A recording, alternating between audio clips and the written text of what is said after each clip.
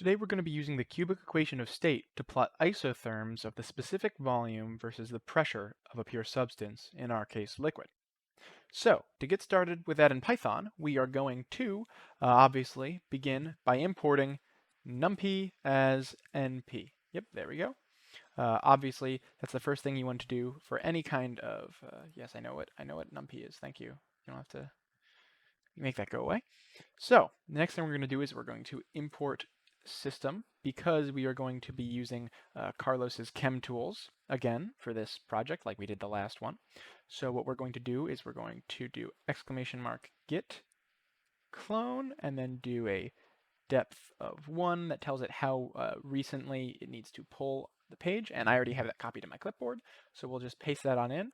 That again is Python going to GitHub, taking all the files that we're going to need to download, and it's going to be uploading those into our little folder over here so that they can be used and imported correctly. So the next thing we're going to do is we're going to do a sys.path dot, let's see, it is insert, spell insert correctly. So what this says is the first thing you're going to want to do when you import the next folder pack is going to be the string of where to look. So we're going to tell it to go to /content/key tools.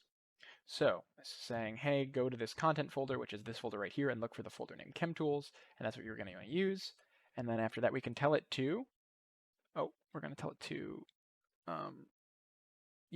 import tools.che as che.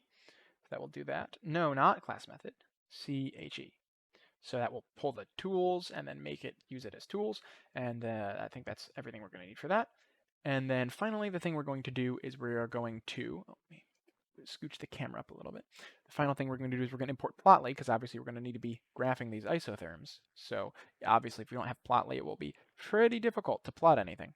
So we're going to import, it's going to be from plotly.subplots, there we go, import make underscore subplots right there.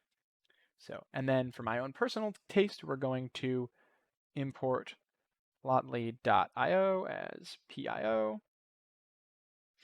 And then we're going to set PIO.templates, .default to be equal to plotly underscore dark, which will make all our graphs have a dark background and very nice contrasting colors, and will sit perfectly in with our already black Google Collaborator we have going on.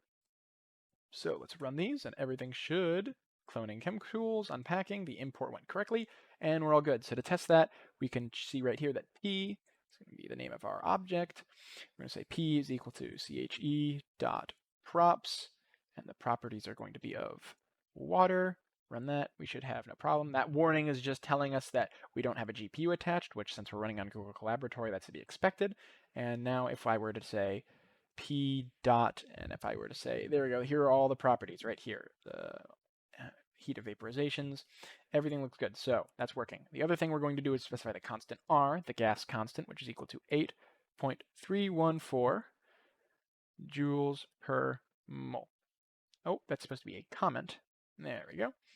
So 8.314 joules per mole is the gas constant, so we're going to use that later. So again, run this.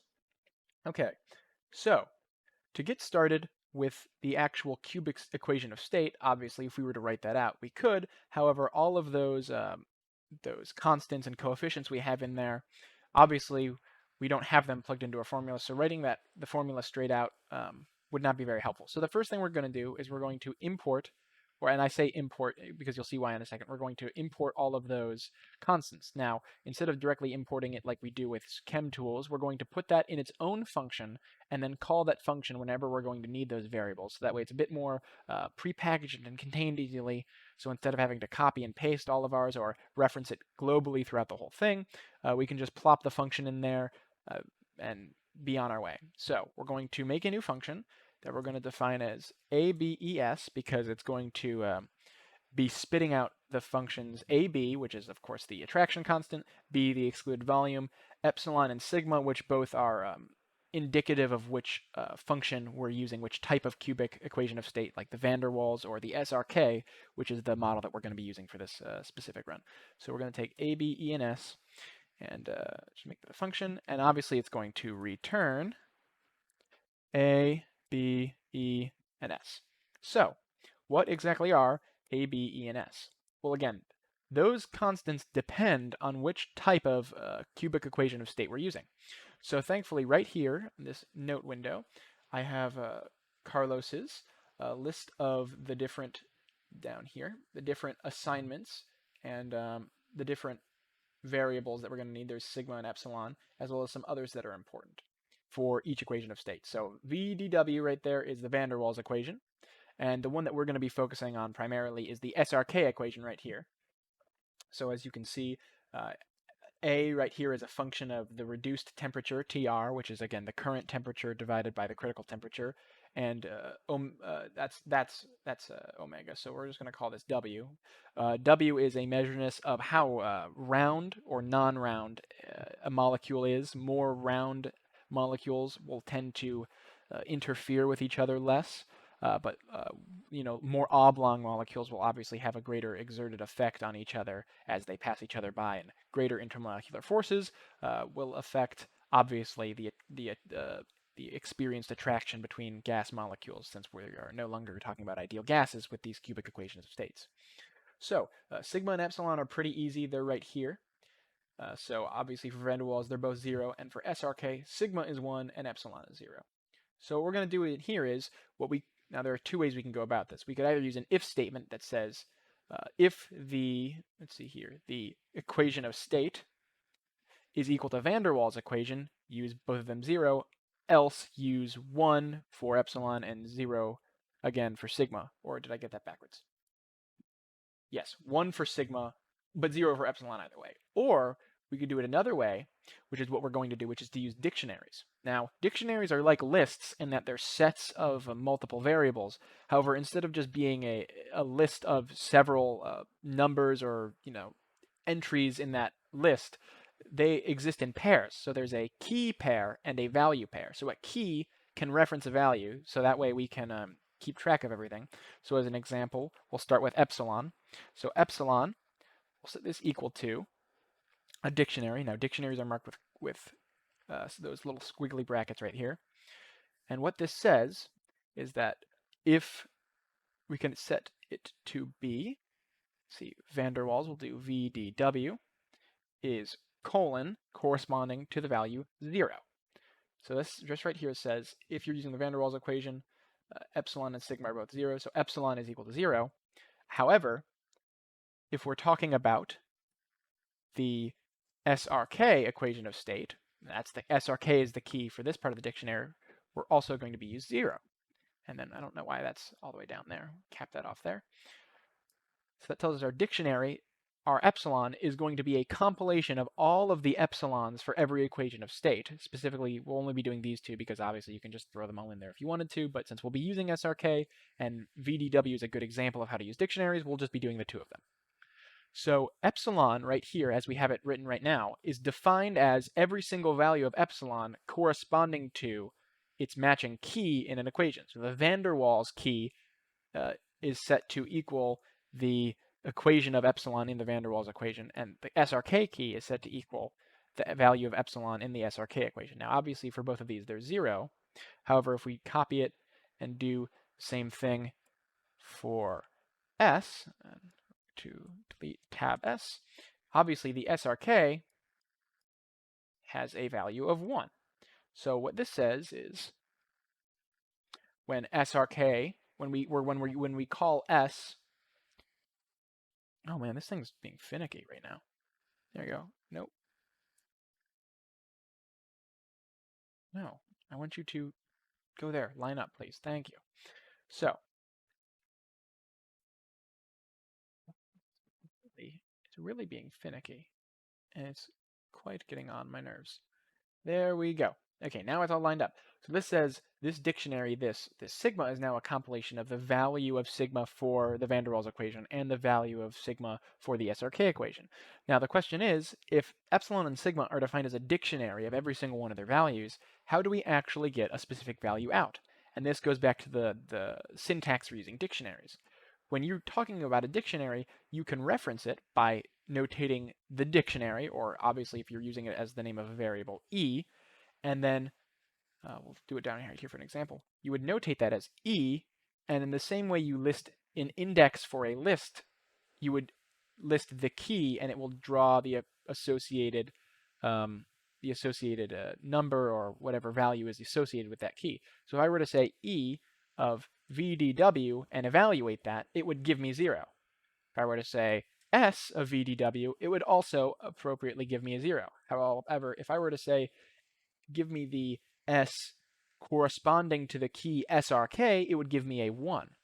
So, and instead of just, right after this saying, S of EOS, which is going to be a string that says either VDW or Srk, we can just append that onto the end, because instead of actually, defining S as this dictionary and then taking the specific entry in that dictionary that we want, it's easier to just assign S to a dictionary that's been pre-multiplied, and I say multiplied with air quotes because it's obviously not multiplication, it's picking a key value pair, but pre-picking that key value pair before defining our variable as that value. So we can put right here, we can put the equation of state right there. So this says assign S to this dictionary where it has all of the different values of sigma, but specifically pick out the value of sigma that corresponds to the key E of S. And the EOS is a variable that we're going to import into the function, which is going to tell us, we're going to set the default value to be Srk, so that way we don't have to keep writing Srk everywhere. But whether you say Srk or EOS up here, pull only that specific value of that value of the constant as it corresponds with the equation. Now, the other two are A and B. So we'll put that in here. A. Let's get all.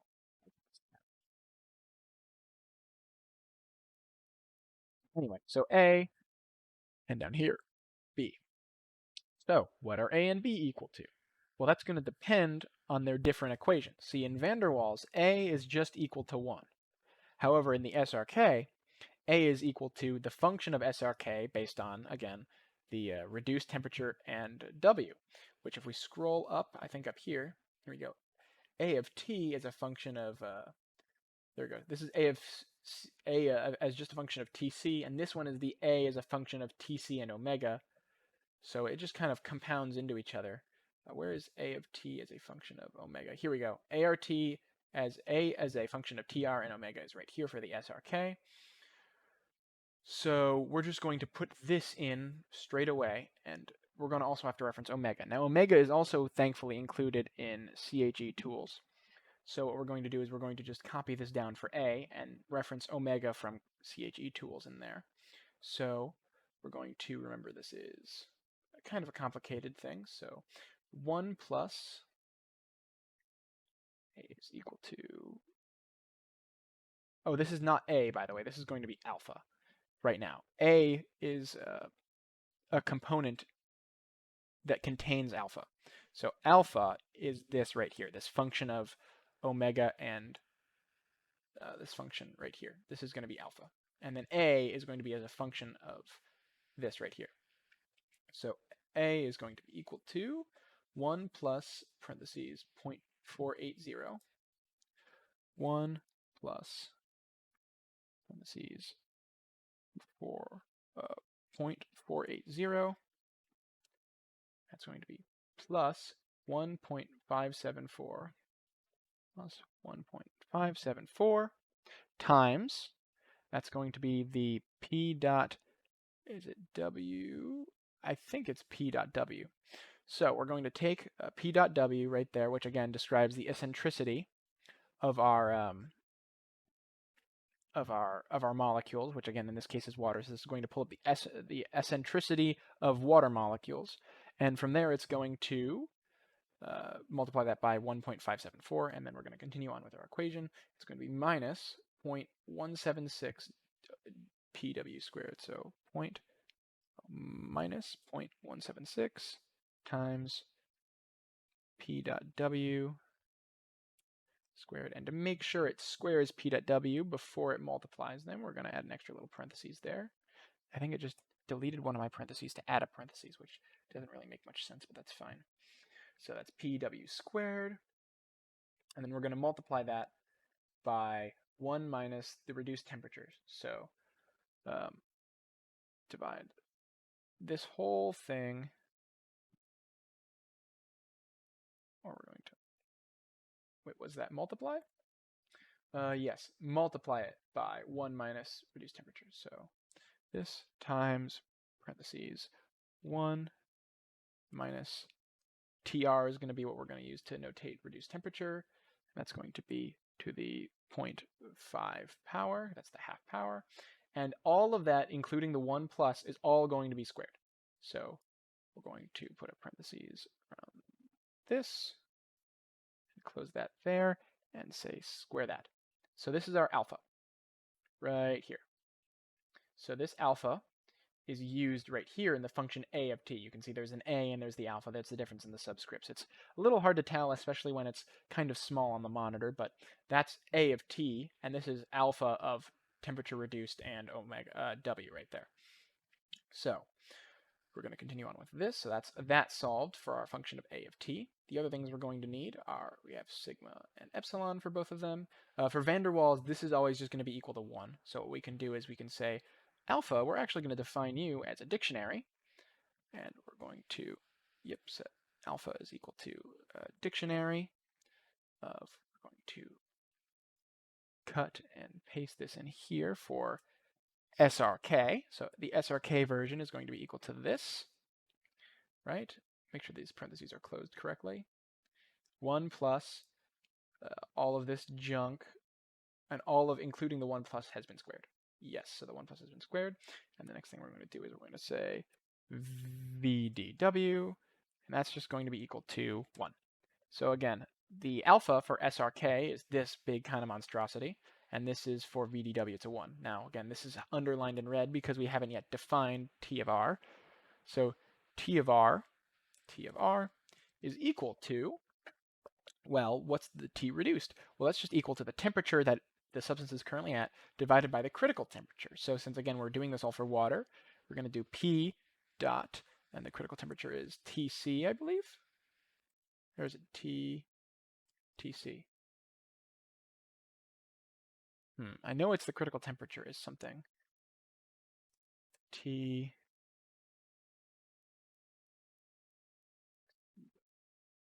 Yeah, let's just scroll through P dot.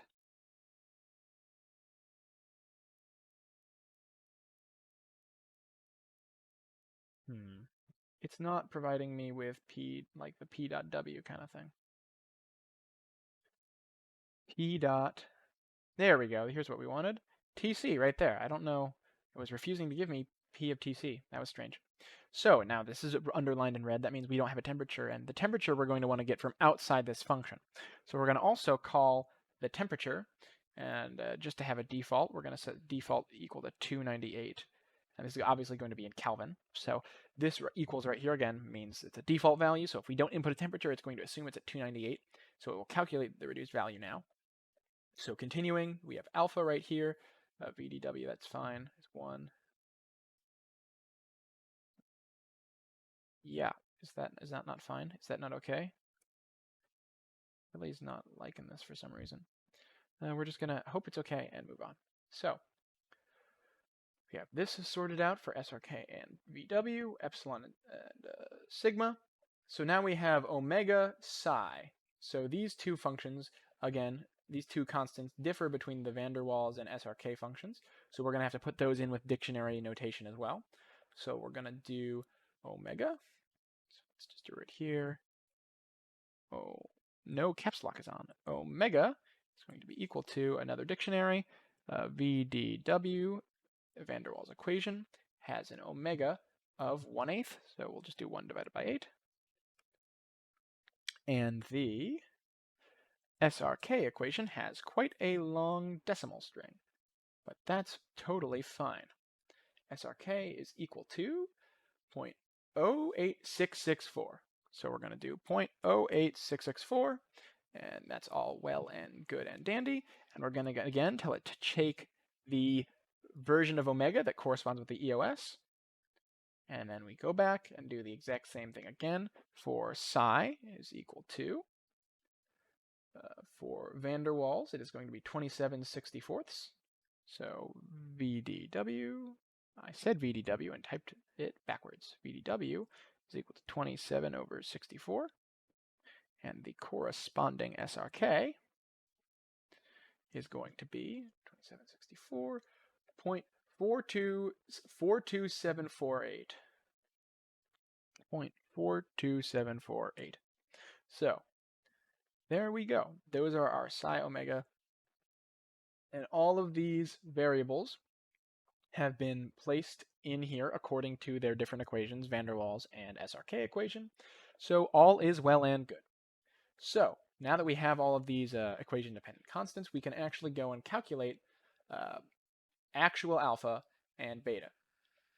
So again, this is these two in the boxes are the ones we're going to be looking at. This one in the middle is kind of it lacks the alpha character, which again is very important for non-ideal gases, because obviously since we're already assuming the gases aren't perfect, it's kind of important to assume their sphericalness into the equation. So B and A. So B is equal to omega R TCPC. Well, just like that is going to be B is equal to omega times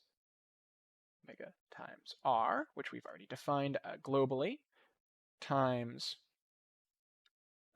TC. So that's going to be P dot TC divided by, I think it was P dot PC, the critical pressure, right? Correct? Yes. So that's our B right there. Now all we have to do is define A.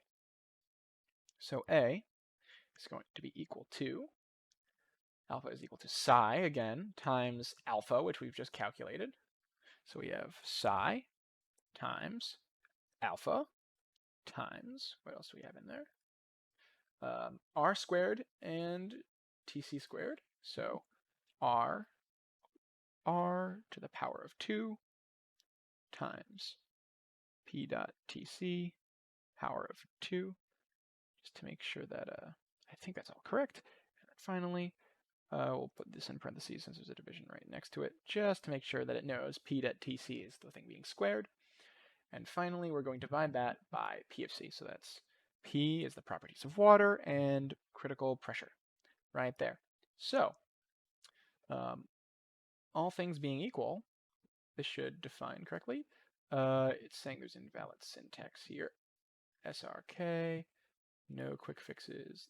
Statements to be separated by new lines or semicolons. So is this not indented correctly?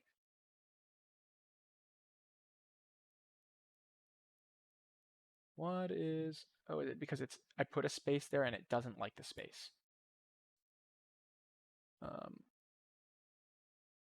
You really are not happy about Srk. It's saying that, did I forget to put a comma here? Yes, I did. That would be the problem.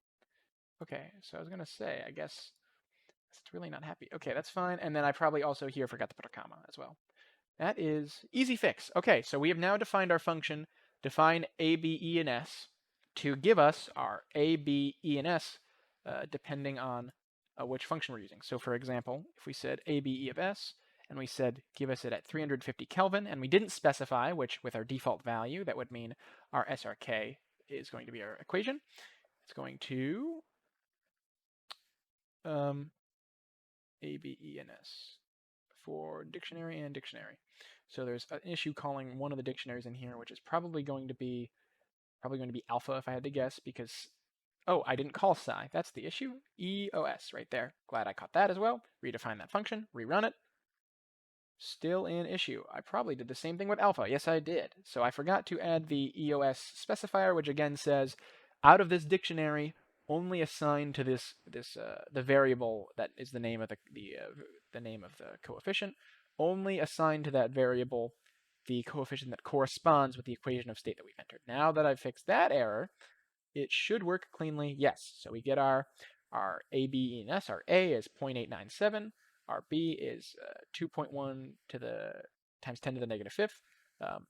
Epsilon is 0, and S is 1. And as we expect, with the default of Srk, we should get 0, and we should get 1 there. So it seems that everything is working out just splendidly. So now that we're pretty confident our A, B, and S is working, we are going to continue by using the A, B, E, and S to calculate the actual pressure and pressure values from our specific volumes. So we're going to define a new function, and we're going to call this cubic V, and we're going to make that. So what are we going to input when we want to calculate our pressure based off of our specific volume? Well, clearly we're going to want to input a specific volume of some kind, and then output the everything else. But here's the thing: in order to do this, right? So that's the base thing we want. We're going to take our specific volume in, and we want to return our equation. So going back up here to our equation of state right here is written right here. We can just write this out on Python really quickly. It's going to be RT over V minus B. So we want to return R times T divided by, parentheses, V minus B minus, and everything over here is A of T. So we're just going to call that A because, again, up here we've already incorporated T into our equation because, again, that A of T right down here, T comes in through by ways of the reduced temperature, which is, again, the temperature divided by the critical temperature. So that's the dependence on T, which has already been incorporated up here, right there. No, not there. Right in alpha, which includes the temperature. So A over T divided by, and then in parentheses, it's going to be a multiplication in here, so it's a V minus epsilon times B, and that's multiplied by V minus sigma times B. So right here, we're returning our cubic equation of state. However, you notice that T, B, A, and E, so our temperature, our A and B, and then our epsilon and sigma aren't defined. And you're probably thinking for a second, what do you mean? We just did all this work up here to define all those things, and we tested it by spitting it out, and it worked. And the reason that these are all showing up red and undefined is because, yes, we've defined them, but we've defined them within the scope of this function. So if we don't call this function, these variables won't be assigned anything. So what we have to do is either globally call this. However, that's kind of inconvenient because what if we want to change we want to calculate for different initial conditions and or a different equation of state, then we'd have to rerun this every time in order to globally assign those values. So what we can do instead is call this function within the cubic V function. So all we have to do is to get our values A, B, E, and S, well, we're going to set those equal to the output of the ABES function, which, as we remember, takes a temperature and an equation of state. Now, temperature and equation of state, well, since this is being called within a function, we're going to have to pass this through this earlier function, so we're going to have to include T and EOS. So, again, just like up here, we're going to assume that the equation of state is going to be Srk, and we're going to assume that the temperature is going to be not in quotes there. It's going to be 298. And we're going to assume the volume is, well, it's going to be whatever we pass in. So we're not going to really set anything specific there. We probably won't put anything specific for temperature either, actually, on second thought. So this says, well, we take in our specific volume and the temperature we're at. We'll calculate all of our constants based on T and the equation of state. And then we're just going to plug that temperature, all the constants we just calculated, and spit out a function. So the way that works, it's quite a small function in and of itself, because most of the heavy lifting with the choosing constants has been done in its own separate function, which makes the cubic V function very nice and neat. So it's defined properly. So all we have left to do now is to throw in a bunch of V's at a certain temperature and plot that up. So we're going to do one of them first just to make it a bit simpler. So again, we're going to test this first to make sure it works. So cubic V, and the specific volume is going to be, I don't know, 40, I guess, 40. And our temperature is going to be 315 degrees Kelvin. And we'll specify our ERS is supposed to be Srk. So run this.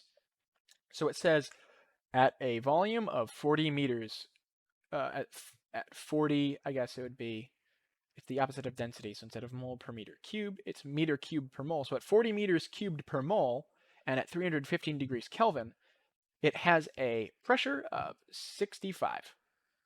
I believe that would be in pascals. I'm pretty sure pascals is the default unit. So it has a pressure of 65 pascals. If that's not pascals, that's my mistake.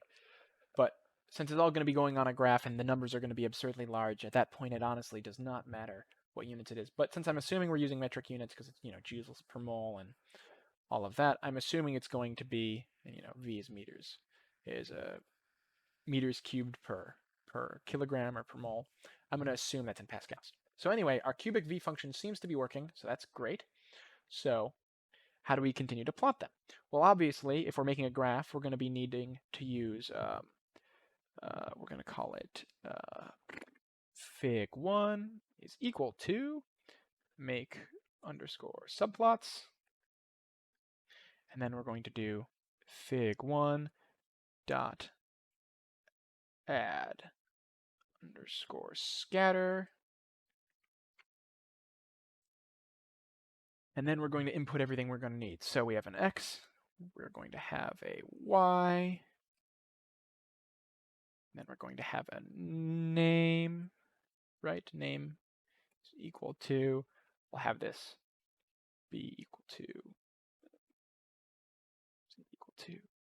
we won't worry about the name right now. We'll just have the X and Y. So what are X and Y going to be? Well, obviously that's kind of something we're going to have to calculate right here. So to calculate those, we're going to need an X and a Y. So the Y is obviously going to be the output of cubic V at some volume and temperature. So how do we get a bajillion temperatures? Well, that's pretty easy. We can just use a for loop, and we say for I in range. Now this will do it between 0 and 1, so that's maybe not exactly what we want. So we're going to probably use the NP function instead to generate a line of V's, and then output our pressure. So,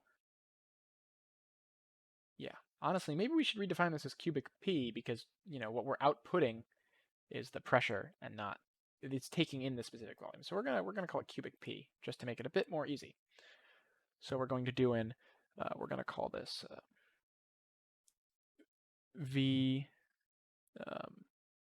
list, a list of specific volumes to plug into our function. It's going to be equal to np.linspace.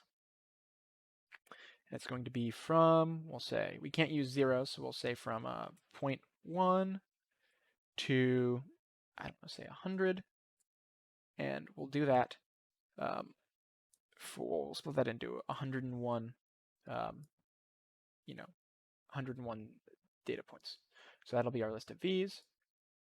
So we're going to do a for V in V list. So for every single V in the list of V's we just created, run cubic P of V, and at the temperature, what temperature do we want? Let's say, let's stick with 315 Kelvin, and the equation is going to be Srk. So run our cubic P function with these three things, V being the new thing right there.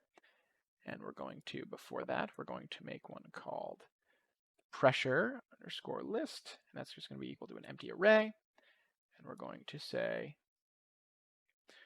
we're just going to P list dot append. And what we're going to append is whatever value comes out of our cubic P equation. So what this does is it runs the the pressure based off the specific volume for this one in the list. Then it appends it to the list of P, and there we go. So it should do that. That should work fine. So if our x is equal to v list, yep, and our y is equal to p list, and our name is going to be equal to, let's just say 315 Kelvin. So, and we want it to be a line anyway, so we do this, and there we go. We have our line. Now we see that clearly it's a little bit basic, but it's got the right idea. If we were to zoom in a bit, there we go, right here. Now we see the problem is that all the fancy, interesting curve stuff is, well, only being sampled once here and then once over here because our range was from 1 to 100. And after 100, things kind of stop being interesting when we get out that far. Oh, I didn't want to do that, so we'll just run this again so we can see. So what we want to do instead is probably stop it at like maybe 20 instead to have a bit of a better graph. So 20, around 101 there. It's a bit better defined.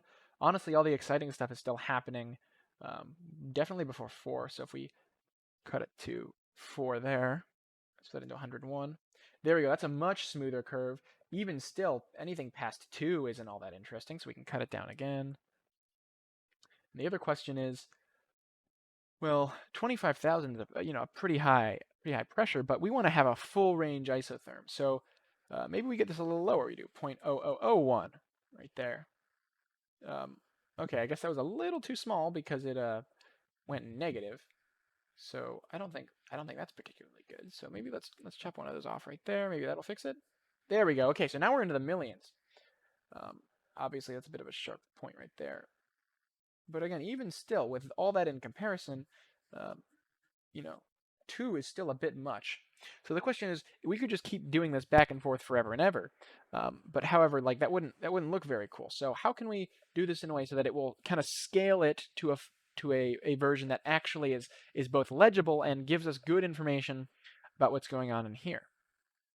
Well, what we're going to do is we're going to, instead of just making this linearly spaced across the whole thing, we're going to use log space, which means we're going to space each of these points logarithmically, along the x number line. Obviously, if we were to logarithmize the y-axis, it would kind of be a crushed, distorted value. But if we logarithm this, you can see how no matter how we do it, we always end up getting everything crushed over to one side. It'll end up giving more of a visibility preference to the small side, and kind of expand that out, and it will start crushing together the right side where all the boring stuff is happening. So that way, we'll be able to prioritize correctly all the points on our data, no matter how tall it is and the absolute value of our y's and x's. It will always be in about the correct proportion. So instead of using a lin space, we're going to use something called np dot log space. So what this is going to do is take us from the log of 0.01 and the log of 2 to 101, and with 101 points, run it again. Now we see, look at that, it's much smoother. Not because it's actually that many different points. It goes all the way to 100, which when we think about why that happens, it's because 10 to the 2 is 100, and 10 to the 0.001 is going to be, well, a little bit above 1, because 10 to the 0 would be 1. So now that we're using log space, we don't have to worry about having above 0, because obviously if you have a negative amount of volume per space, that doesn't make any sense. We can now stop worrying about that and say, oh, let's go to -3 and 2. 2 is 100, so let's do that. Okay, so clearly that definitely crushed our graph a bit too much. So maybe we instead of being out at all the way at 100, maybe we just go to 1. Help that. Maybe that'll look a bit nicer. A little bit. I don't know. This is all the interesting stuff's kind of happening over here. So maybe instead of that, we take it to -2. So -3 to 2. There we go. That's a much better plot. So -2 is definitely where we want to be. So I say we bump this back to maybe around -4. And see, we've inverted again. And that's not good. So I guess we're going to be staying at maybe around -3.5. Will that work? Okay, so now we're getting some extra weird behavior. So what we're going to do is we're going to add a couple more points onto here, make it 501 instead of 101 just to get some extra definition. And finally, I think we're going to just, oh, I know what we have to do. So this is, right, this is just kind of arbitrarily setting points between 2 points here. So our problem lies in the fact that we're going, kind of beyond, going beyond B right here. Now again, B defines the negated volume. So again, when we plug into our V minus B right here for our to calculate the actual pressure, if V is smaller than B, well, if V is equal to B, we'll have 0 on the bottom of a fraction, and obviously that'll cause some real mathematical issues. But if V is, if V is larger than B and not equal to B, we'll end up with a negative on the bottom of this fraction, which again doesn't make any sense. V, which is the volume of the entire system, has to be larger than the excluded volume, otherwise there'd be more space worth of atoms and molecules than there is space available. So that clearly does not make any sense. So instead of setting absolute bounds right here, because you can see right where it happens, where all of a sudden we go down into the negatives. Again, that doesn't make much sense. Instead of using negative 3.5, we can actually base this off of B. Now again, you notice here that we don't actually have our B stated. So if we run our B, we run A, B, E, and S of our temperature right here, which again is going to be, 315 for right now, 315, A, B, and S, A, comma, B, comma, E, comma, S, that. Log space of B, well, you can see right here, right at the last point, we're going to have a bit of a problem because, again, B is the excluded volume, and we don't want to actually use the excluded volume because, again, that would, having this as V equal to B would give us 0 on the bottom of a fraction. That would go to infinity. That's not useful. So we're going to want to be right outside B. So we'll just go with 1.01 times B. But then again, remember, this is log space we're working within. So this doesn't actually go to 1.1B. What this is going is to, since this is 10 to the negative 2, obviously this is only going to be going to 10 to the 1.1 times of B. So instead of going to 10 to the 1.1 times B, we want to be going to whatever will give us 1.1 times B when we raise 10 to that power. So we're going to do that by taking the np.log base 10 of 1.1 times B. This will give us a number. This will give us a number that when 10 is raised to that power will give us 1.1B, which means our actual volume that we're going to be plugging in will actually be 1.1B when we start with. So that will be the first thing we use, and the last thing we use will be 10 to the negative 2 with 500 points. So if we run this, still an issue with it going negative. Okay, np log of 10, 1.1 times 2. Let's do a little troubleshooting. Let's do it right in the corner. So 1.1 times b negative. I'm sure.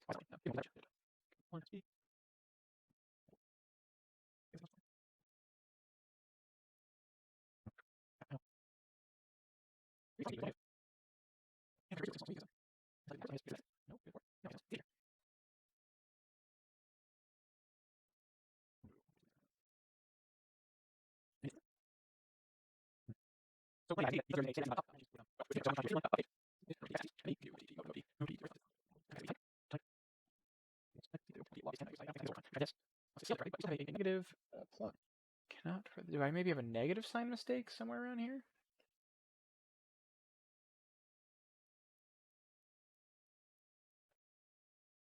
I found it. The same old ugly mistake rearing its head. These have to be positive, as per usual. There we go. Remember how I said in the previous video that I always, for some reason, make those two parentheses negative when they ought to be positive? Look what I did. Made them negative when they should have been positive. But I really hate when I do that because I keep doing it. So anyway. So this graph looks pretty good. although, having it stretched to 12, a little shy of 12 billion, might be a little much. So if we're going to update the x-axis to be logs, we might as well update figure 1 dot update y-axis as well, and we'll limit the range. Let's see, range is the range one. This range is going to be equal to, and then we'll probably have to make that a list because it's a range, and we're going to say how about to 500 million, which 500 is e to the 6, and 500 e to the negative 6. We'll just do that, and hopefully this will work.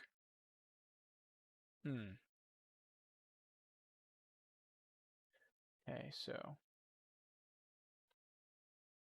not e to the negative 6. I wanted minus 500 e to the 6.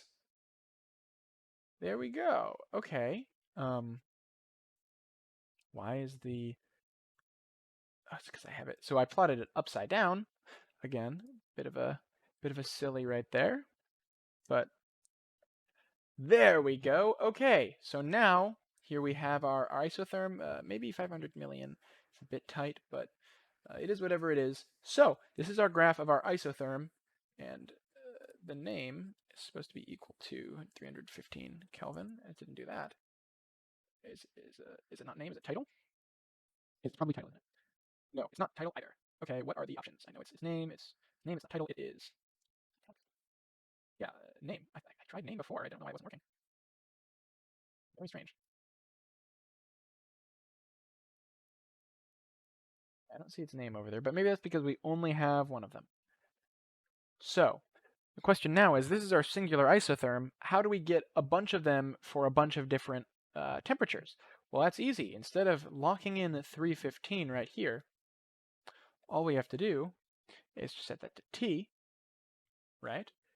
And then instead of just cycling through this, all we have to do is do a for T in, and we can set our list of temperatures.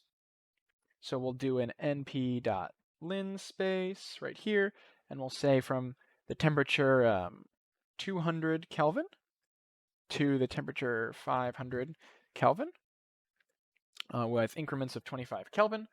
We want to make that. I think we can just do for in np linspace. I don't think we have to do in range. Actually, we do have to do in range, but range does the same thing since we're going by integers anyway. So we just do range right here. It does the exact same thing that linspace would do, obviously going between 200 and 500 in blocks of 25 for T. So now all we have to do is indent this. So this will set a temperature, it will select a volume in the list, and calculate plist right here. And then what we want to do is we want to graph that right away. So we're going to take this, we're going to take this and add it to the for loop right here, because we want to graph it for each temperature. So I'll add a little space just to clear up that it's no longer in the vlist for loop.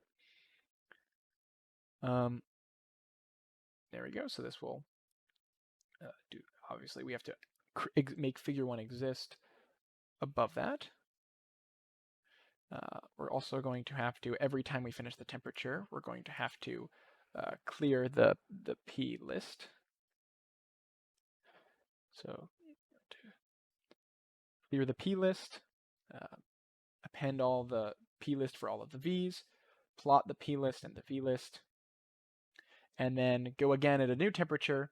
So instead of naming them all 315K, because obviously that would get pretty gosh darn annoying, what we're going to do is we're going to format this text string by using the letter F right in front of it, and that says, so in this text string you're allowed to look for the variables, and we're just going to do the little squiggly brackets right there indicate that we're going to be naming a variable in which you are going to insert that value into the text string. So I think this will be correct. I think this will create a list of all the pressures for a given volume and temperature. After it finishes doing that, we'll clear the P list. It will then do the same thing for a new temperature with the same list of V's, because V list is specified up here. You know, we're using B, which doesn't depend on the temperature, if you remember from up here. B is just based on omega and then the properties. So B is entirely property dependent on water for the properties of water, since we're graphing water. And I think after that, we can still do our update. And I think, if I'm correct, this should work. Float. Okay, so we can't actually use those decimal points there, but now, there we go. We're probably going to want to zoom down a little bit, so we'll make it to negative 800 e to the 6, 800 e to the 6. And there we go. We have all of our isotherms right there. And you can see they're all labeled by their temperature. So the issue was clearly just only having one. It doesn't name them when you only have one, but that's not a problem. 475 isn't exactly a super interesting one. I kind of want to pump that number up a bit. So instead of doing 500, what if we do to 800 Kelvin? Let's see if this still functions as expected. Yes, it does, and we have even more. So we can just kind of keep bumping that down. Maybe we want to go to 25 Kelvin. So we get some really, really cold ones. If we kind of zoom out, you can see that some of them are a bit cut off right here. They would go farther out. So maybe 25 was a bit too low. Maybe we can drop it down to 100 Kelvin though. There we go. Now they're only being cut off by the bottom of the graph. So we could do negative 1,000. So that's 1,000 million, which is good enough. So there we go. Here are all of our graphs, looking very nice and pretty.